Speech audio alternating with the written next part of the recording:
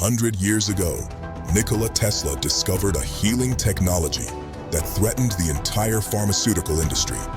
The day he died, the government seized everything. For 100 years, this technology was hidden.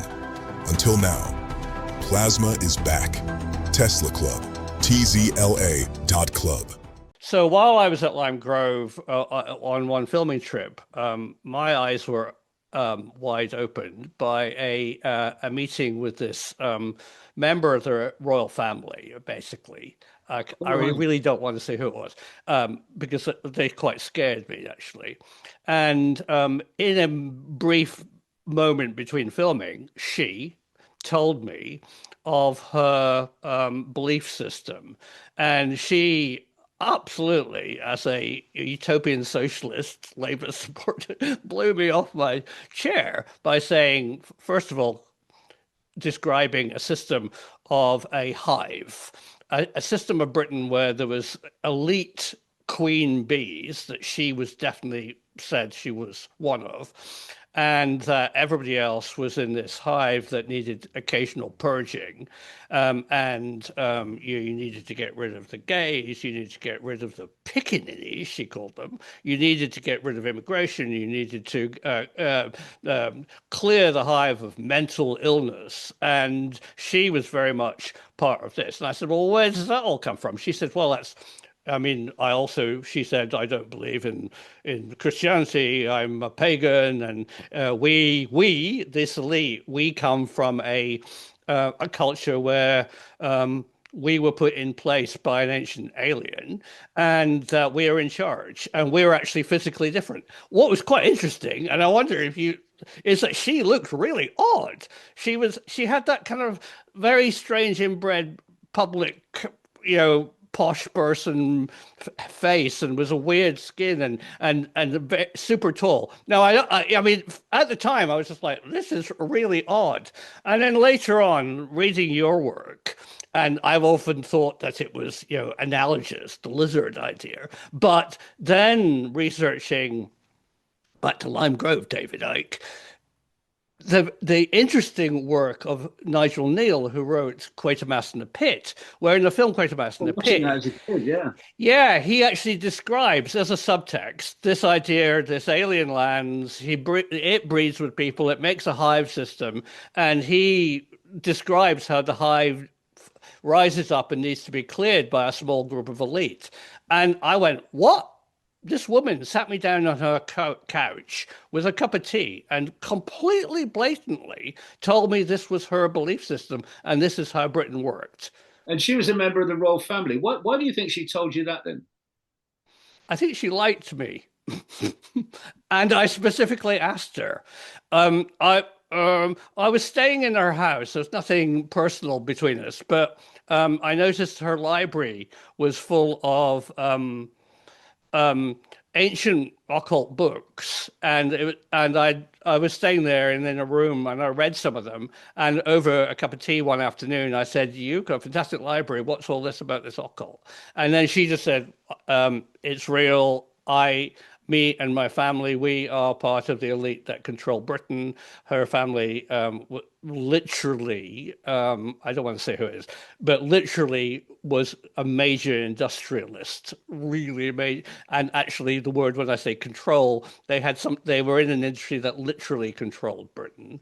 And she said, I don't have a passport, I don't use money, I fly internationally, I'm connected to a lot of people. And she just kind of was Blair, very, and everybody was an oik, you know, totally dismissive in a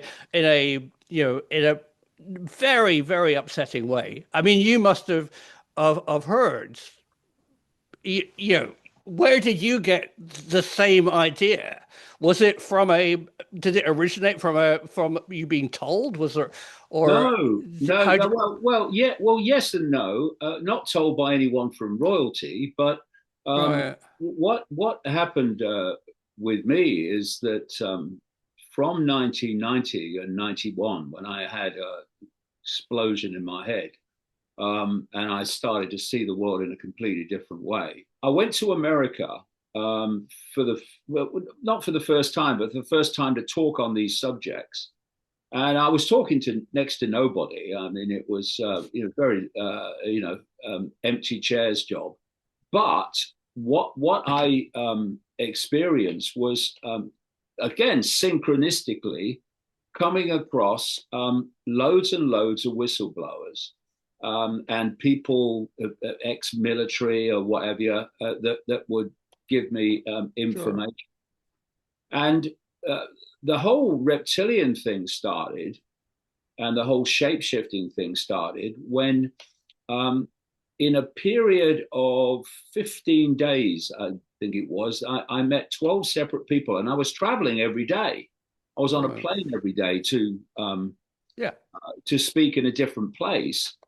But in that period of 15 days, I met 12 separate people who told me the same thing, that they'd seen someone who appeared to be human changing to a reptilian type figure and then back again.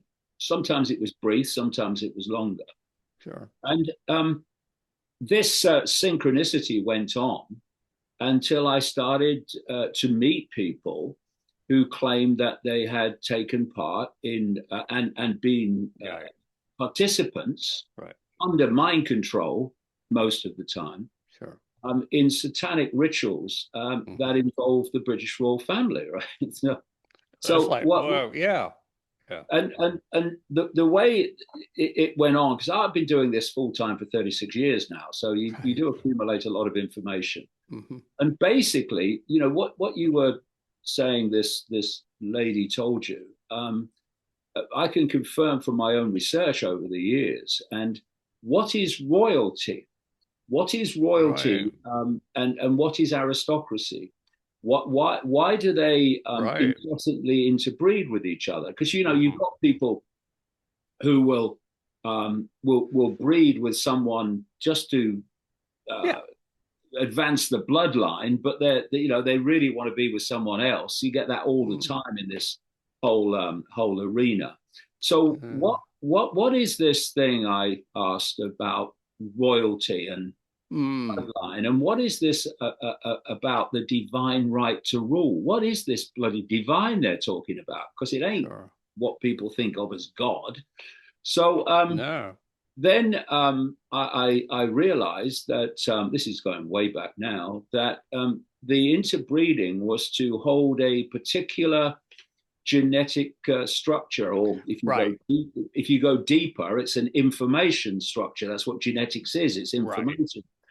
And that they were, if they interbred outside of their particular genetic type, then that genetic type would get pretty quickly diluted. They needed to keep a particular genetic type.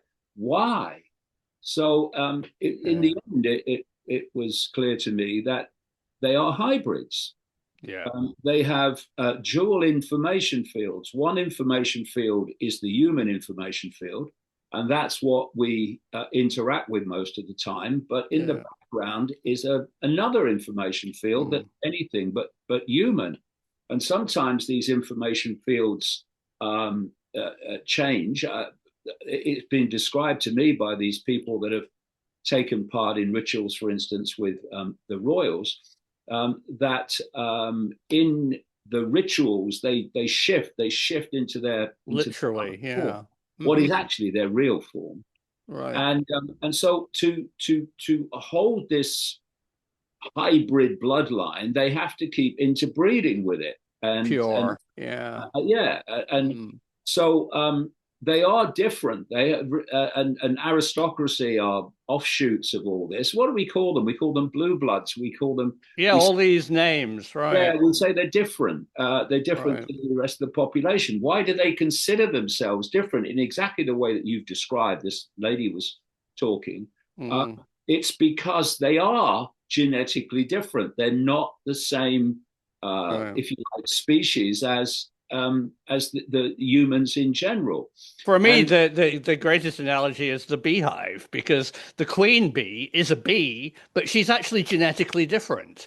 For example, she has a stinger without a barb on it, so she can sting and kill multiple people in the hive, whereas the workers have a barbed stinger that once they kill once, they die because it rips out their innards. You know, she looks the same, but she has complete control, and the hive follow her. Why? You know, and she yeah, has well, I have used exactly that over the years in the right. books. I have used that same analogy of the beehive and the queen bee, because it's very relevant to the way the structure works. I think Absolutely. so. Yeah. So going back to Lime Grove, my eyes were opened up yet again by this work of Nigel Neal. Nigel is the scriptwriter for a Quatermass series, I and remember it. yeah, and it's really interesting, It David. frightened the life out of me when I was a kid. Well, that's exactly what I was going to talk about, because the common feeling in Britain, only with British people, that it's the most scary TV program ever made. It's not that scary, but somehow it connects to our ancient belief. It actually taps into the horned devil, into the idea of cleansing and a hive and control and this elite. All of that's in the script. Now, I got absolutely fascinated. Where did Nigel Neal, who lived in Barnes and wrote it in Lime Grove, by the way, he locked himself away in a room and wrote it and was very friendly with the royal family. Where did he get this idea from? Was he part of, did he know what the system was and wanted to put it into a script form, a bit like Stanley Kubrick might have done in Eyes Wide Shut. I mean, I think he really wanted to expose that. But the more I've learned about Nigel Neal, is it probably came from his connections and his wife. Nigel was from the Isle of Man, and they have a very kind of interesting pagan history. I don't like to use that word, but an ancient folk history, which he wrote about.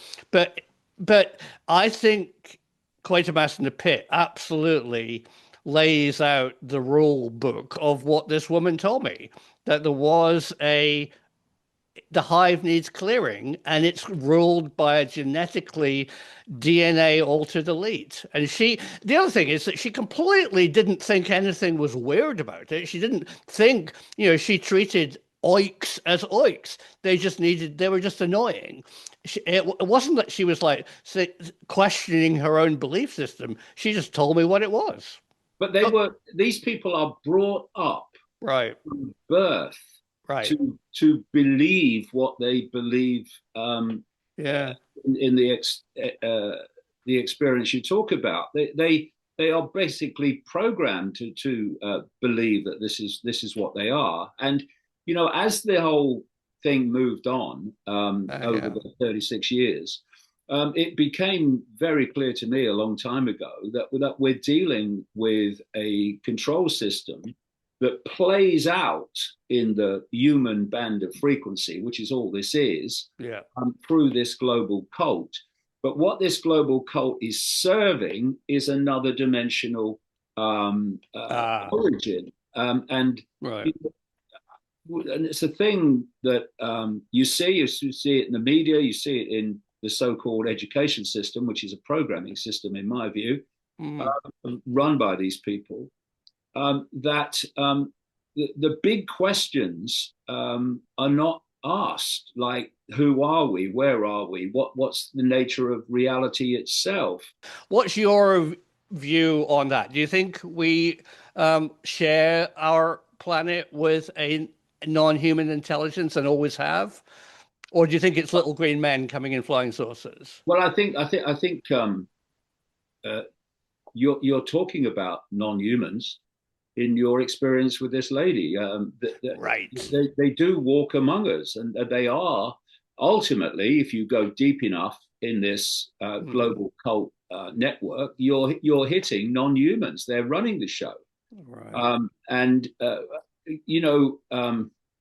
one of the things that really struck me when I was investigating this in the early 90s, how this global cult worked, Yeah. was I was starting to see people who were clearly involved in it, and you know, were famous people often, Yeah. that they were, as I investigated them and followed them and talked to people who knew them and everything, they were taking part in satanic ritual and human sacrifice ritual.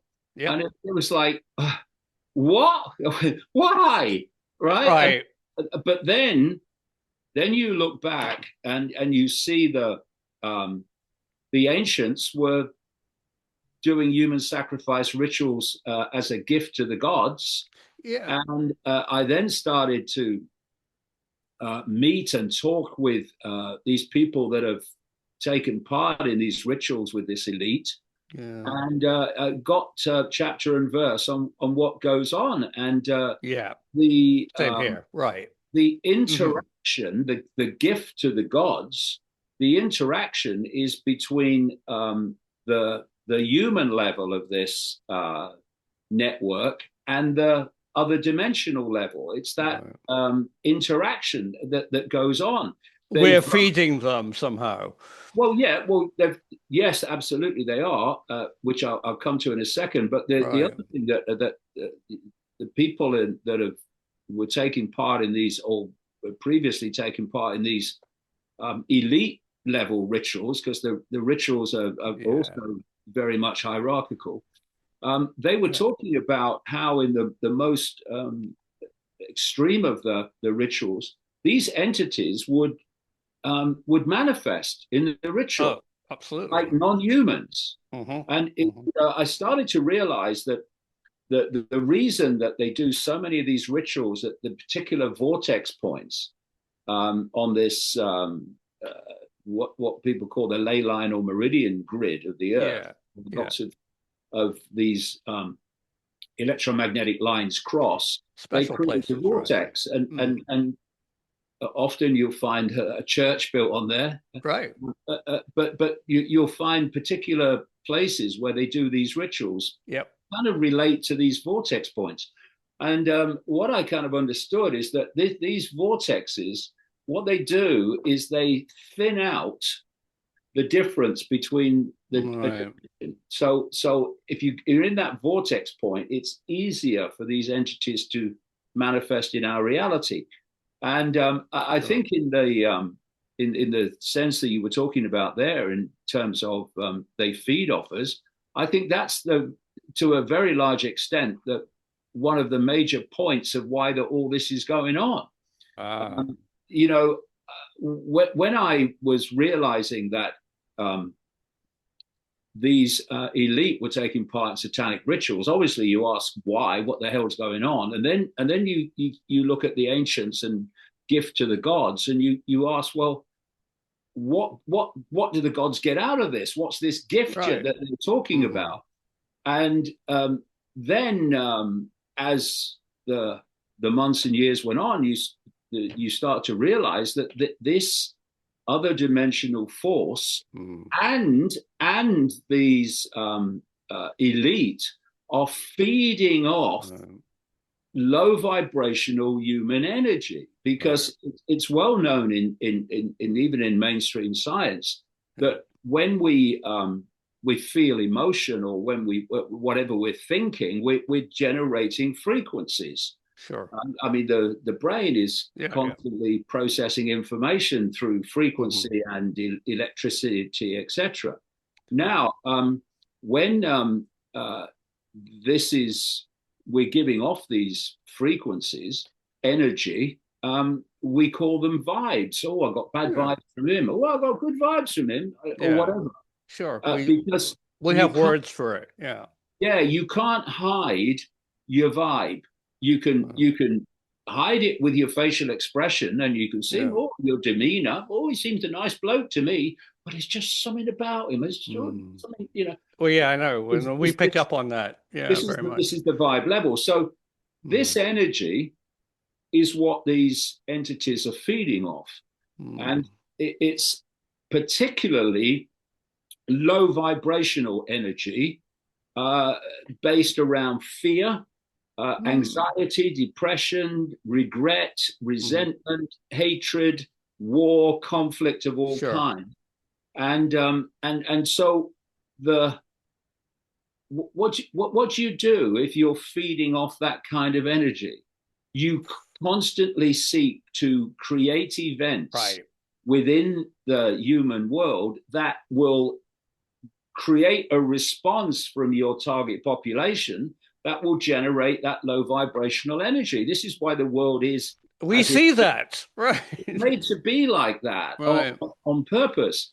And so when you're doing a satanic ritual, sure, they are building up the terror in the victim, because they if I look at you and you're in an emotional state, a really low vibration emotional state, I can see it in your facial expression and I can see it in your body language, but I can't see the vibes going off. Right. I can feel them, but I can't see them because they're not in this dimension of reality that we are visually aware of. Right. They're going into this other dimension, what's called the astral dimension. Sure. And these entities that are overseeing the ritual from that dimension, they're feeding off these vibes that are being given off. This is the gift of the gods. And there's a reason I talk about in the books why they are particularly want children. Yeah, the innocence of the child has a more pure vibe and terror. Yeah, well, it has. This is why pedophilia and Satanism are fundamentally connected, because they want the energy of children, ideally before puberty. Yeah. And so what they do is they take the innocence of children before puberty, and then the abuse of them, either violent abuse, sexual abuse, or both, puts that energy of the child into a very low vibrational state, and that's the energy they want. Low vibrational energy of children. I mean, they'll do it with others, and they can absorb the population in general. But that's really the cream of the cream of what they were. That's if you that's the nectar, if you like, that they're looking for. And so in a satanic ritual, they're overwhelmingly children, not always by any means, but that's what they want. Sure. You're putting terror in the children. Now, that terror is a very powerful low vibrational energy which they're giving off. Right. And these entities are feeding off it. And another thing that happens is that that terror triggers an adrenaline to enter the blood.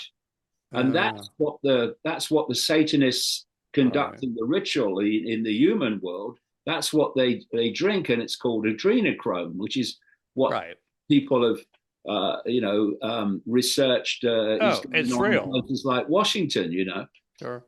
So this is what they're doing. They're feeding off it. If you want to read more and watch more of my content, then go to the description under the video where you can buy my books. The latest one is The Roadmap, where you can get tickets for public events, and how you can subscribe to a fantastic video channel called Iconic, iconic.com.